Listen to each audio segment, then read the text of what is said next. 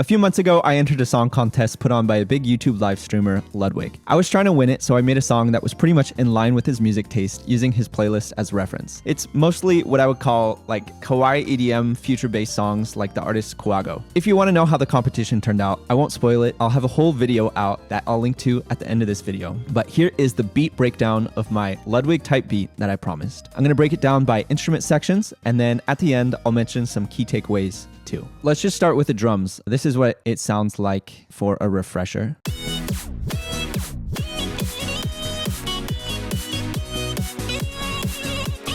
One of the comments that Ludwig made is, "It punches hard," I think is the exact words he used. That was on purpose. Like, I designed something I thought would be really punchy, and so that's what this is. It is a reverse kick, and it happened right here when he said it. That's a pretty simple thing to do. I wouldn't normally do a reverse kick this many times, but because it is big hits here, I felt like I could do it 3 times in a row. Besides that, it's just a dubstep kick and snare. Nothing you haven't heard before. Open hi-hat. And then just some drum fills. This section, going into section 2, is kind of interesting. It is the chiptune section. Here's what it originally sounded like. This actually doesn't do anything. It basically sounds the same. Multi-band compression. Make sure you change the split frequencies to where it sounds good. And then our good old friend Rick 20. This is actually a preset I made on RC20. It's just some simple distortion and digital distortion as well. That's how I got the chiptune sort of drum sound. There are multiple sections. This is like an A section, a drop, and then like a chiptune section, build, another drop, and then we have this piano section, which is completely new, like a piano chill section. I went with a less punchy kick. Yeah, and some claps. Just a drum loop. Nothing too crazy, nothing too crazy. Like I said in my video about the competition, I was working on a deadline to make this song, and so I didn't really have that much time to spend on this track. But one thing that you can see in here is there's not a lot of looping. This is like the only place where there is looping right here, where I just loop the same thing over and over again. That's something that I like to do in most of my tracks. Just change it up a little bit. Here, we've got multiple kicks, or just cutting out different sections at the ends. That's a big one. Another section here is just like a simple fill that you would do on a drum set. Something like that.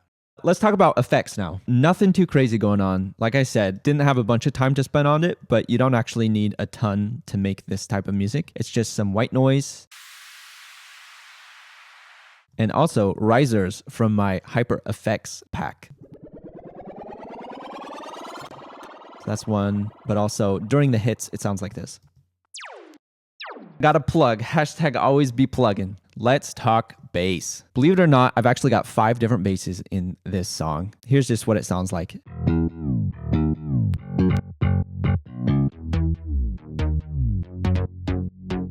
And then we also have a sub down here. In the chain for the sub, you can see I was looking at the hertz to make sure it was in the right frequencies for a sub. That's something I always recommend if you're working with a sub. Have some sort of tuner on there where you can see the hertz of the sub. Try to keep it around 40, I guess. 40, 50, sometimes into 30 range, but a lot of speakers don't have the capability of producing much lower than that. You can hear on the group, I have LFO tool on there, side chaining. Whenever I mention side chaining, there's 3 instances. Number 1, if you're making trap beats or anything similar to trap where there's an 808 and a kick, I don't recommend side chaining. I recommend using a soft clipper. Scenario 2, you're making EDM like this where it is 4 on the floor, like a boom, boom, boom, boom. I would kind of recommend using something like LFO tool on here because it's just going to be repetitive. It doesn't need to re-trigger in different places. And then if you're doing something where the kick isn't like boom, boom, boom, I would recommend sidechain compression, where you actually go in down to the side, sidechain this to like a snappy sound. Just because everyone's going to ask, do I sidechain XYZ? Let me actually show maybe one of these basses. So this is a preset from one of my packs. This is from the Cute and Stuff pack. I wanted something that was kind of sounded like a real bass. Let's talk melodies. I have these 2 different channels. On this second one, I have sidechain, and on this first one, it's very light sidechain. It's 65 depth. This is just ARPs right now.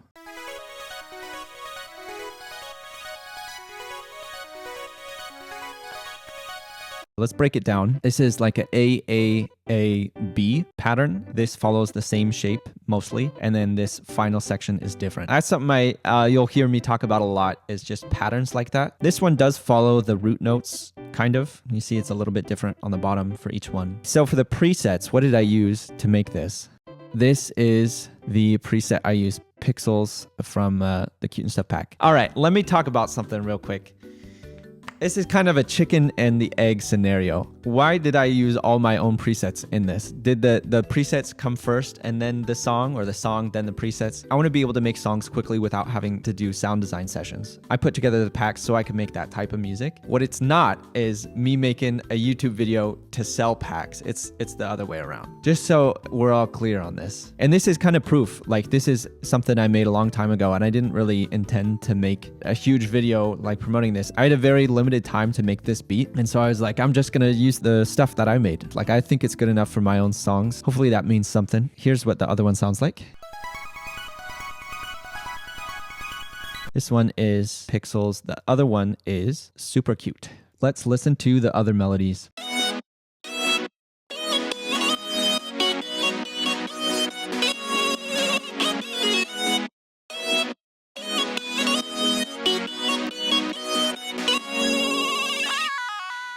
I like it. I like it a lot. I really like it. I'm still getting that feeling whenever you like press play and like it sounds really good and you're like, wow, I can't believe I made that. I made that and it sounds good. I made this like a long time ago. I'm still getting that feeling. Let's talk leads. This one you heard just now.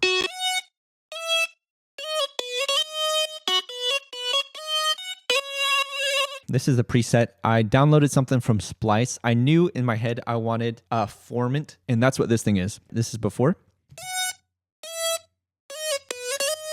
And then after.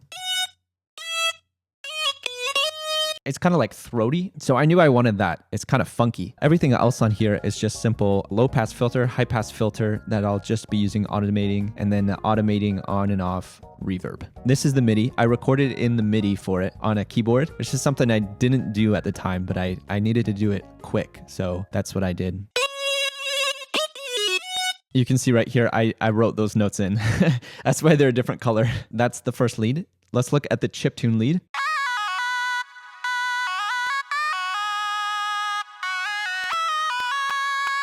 All right, this is the preset from the Hyperfunk pack, Pulse Width Modulation Square, and that's what gives it the weird sound. It almost sounds like a high-pass filter is happening to the oscillator. That's what I'm trying to say. The pitch is staying the same, but it's just being squeezed, I guess. I thought that was like good movement in the song, so I put that in there. Let's look at the piano lead.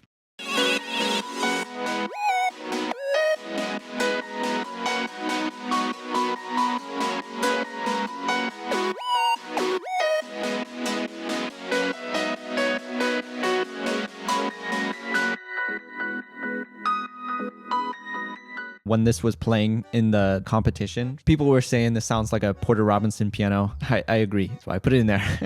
This is just a normal piano from Logic. Ableton doesn't have good piano sounds. So I just said, hey Logic, I'm gonna take yours and put it in Ableton. So that's what this is. Crazy. Look at this. This is what it looks like. It was a lot of work. I don't even know how I did that. That's the Logic Steinway grand piano. So this is with the LFO on the channel, but with no effects.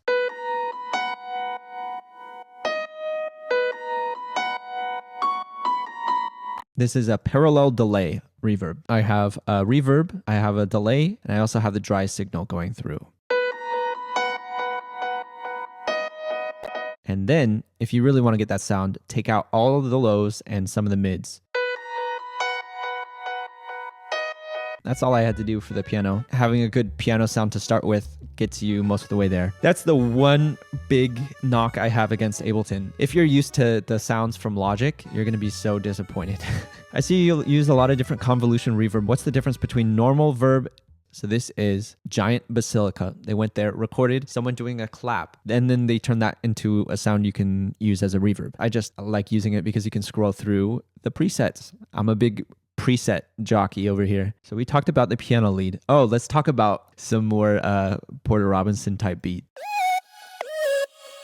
I think I recorded it in and it looked more like this. I just went like this on my piano and then I tightened it up in Ableton like that. That's just 2 different leads. Spoiled LB from my Cute and Stuff pack.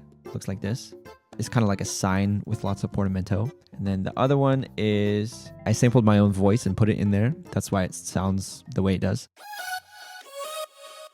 Let's talk chords, baby. There are 4, 5, 6 different types of chords in here. It's like a mix of saw pads and electronic piano, bell, E-piano stuff. I'll play it. It's like a E-piano stuff. A lot of phaser on it. Saw.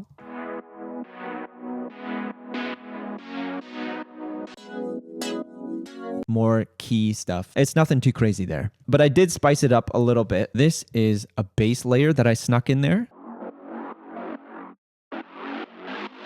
It is my bass cruising, kind of like a Reese bass is what I said. I try to make it so each section of the song is slightly different than something before. This one as well. Mostly like a sine wave with some digital distortion on there. That's basically it for the chord presets, but we can look at the chord progression. Let's look at the chord progression. In this beat, I did something I do sometimes. I change everything with like a little pitch shifter at the beginning. All of the midis is going to be slightly different. It's going to be like a reverse capo. I'll just read what the chords are. All right, so we've got our chords. This is F, C over E, G, sus9 to G, A minor 7, C, G2, and then G over B. The G sus9, this could have just been a normal G chord, but I wanted something that was a little bit unstable, but also like kind of happy. And that's what you get with like a sus9 chord. An easier way of saying it would just be F over G. It's like a happy chord, but that's unresolved. And then it resolves kind of with the G there. There's also a different chord progression in here, I'll break down. That is during the piano section. So it's just F, A minor 7 to G2, back to A minor 7. And then it repeats here, just holding out this G2. So I wanted something different that was just holding the chords. Before, we were changing chords a bunch. And so if I'm trying to do a completely new section, something you can do is just change how often the chords hit. Let's talk about the ending because that also has its own chord progression.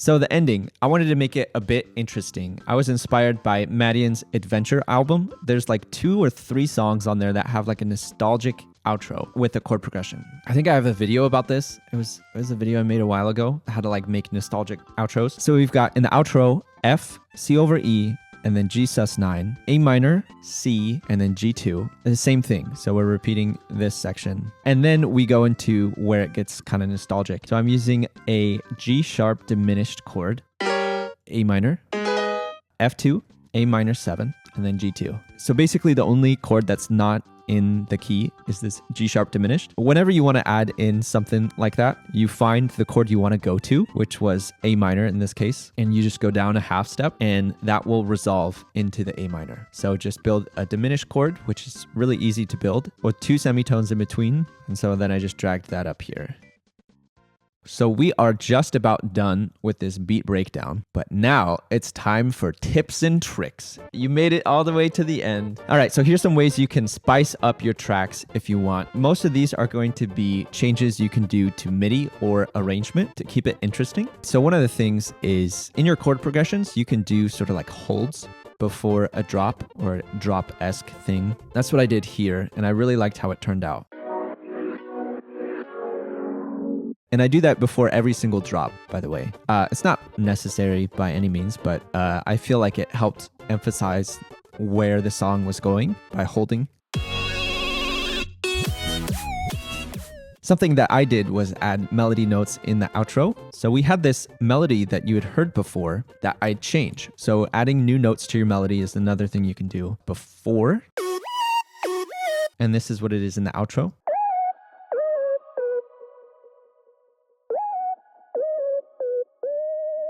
kind of like building a melody with in mind that you can take certain parts of it out and then bring them in later. That's another thing you can do. Another one is adding in harmonies, but also waiting to add in harmonies. In this first drop, it's just the lead. The second time it drops, it's different. It's basically different every single drop.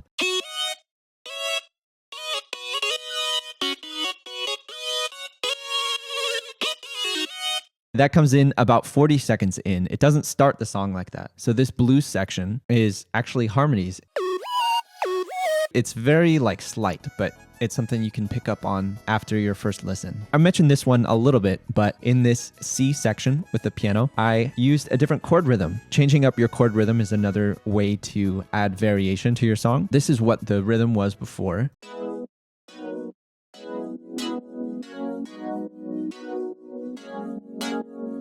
Very simple. It's 1, 2, bum, bum, bum. And then in the piano section, it is very syncopated, meaning it's on a lot of the offbeats.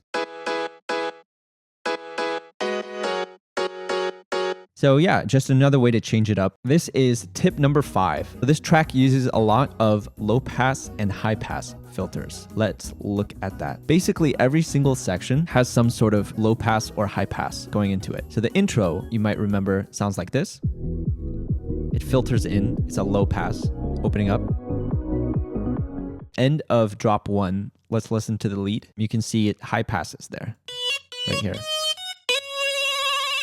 Yeah, I could go through every single section, but I think all of them have some sort of arrangement use of the filter, especially in this piano section. Listen to the chords. The chords are like really low passed and they eventually open up over 16 bars, but it really leaves a lot of space for the piano to go through. And then the ending, low pass filter closing. Yeah, the filters help a lot, especially for this type of music, which uses a ton of saw waves and stuff like that. Those can be a little bit abrasive, and it's nice to be able to shape those a lot. The last tip I have is an arrangement one. In traditional EDM arrangement, I can't believe that's something I could say, but in traditional EDM arrangement, you have kind of like an intro, then a melody, then a build, then a drop. And so the drop is like the fourth thing that happens. You would be like down here, intro, melody 1, build, drop. Already, that's about 54 seconds into your song. I knew that wasn't going to really be what I wanted for this. I didn't think that fit for the competition, so I went for the drop ASAP. As soon as possible. 13 seconds is as long as it took to get to the drop. I felt like that was kind of the attention span I was working with when this was going to be played. I knew it was going to be played in front of like a live stream audience, especially people who had been listening to a bunch of different songs. There was over 100 originally submitted for the contest. If I was able to catch people's attention immediately within the first 15 seconds or something like that, I felt like I had a good chance of making it further in the competition. So that's what I went for there. Basically, you don't have to stick to an arrangement style. If you feel like everyone else is doing it, it doesn't mean that it's necessarily what's best. Yeah, I listened to a bunch of songs in that live stream, and a lot of them did the traditional EDM thing of like, you're going to get the drop at a minute mark. And personally, I didn't think that was a good idea. I felt like that leads to skip behavior where, you know, you've seen it before. You watch someone listen to a SoundCloud link or something, and they're just hovering over that skip to the loud section of the WAV file. And I didn't want that to happen. So I kind of catered toward a listener in this instance. And I don't even think like the traditional EDM way is like the best way of doing it. I think it's there because of DJs, what DJs need for songs, but it's not necessarily like the best pop arrangement, if that makes sense, where like you're trying to make something that everyone can palette. So that's my tips and tricks, Varsity Beats. If you want to see how the song placed in Ludwig's competition, I'll link to it right now in the end screen. If you're watching this well into the future and Ludwig is doing another music contest, best of luck to you. Thanks so much for watching, and I'll see you in the next one.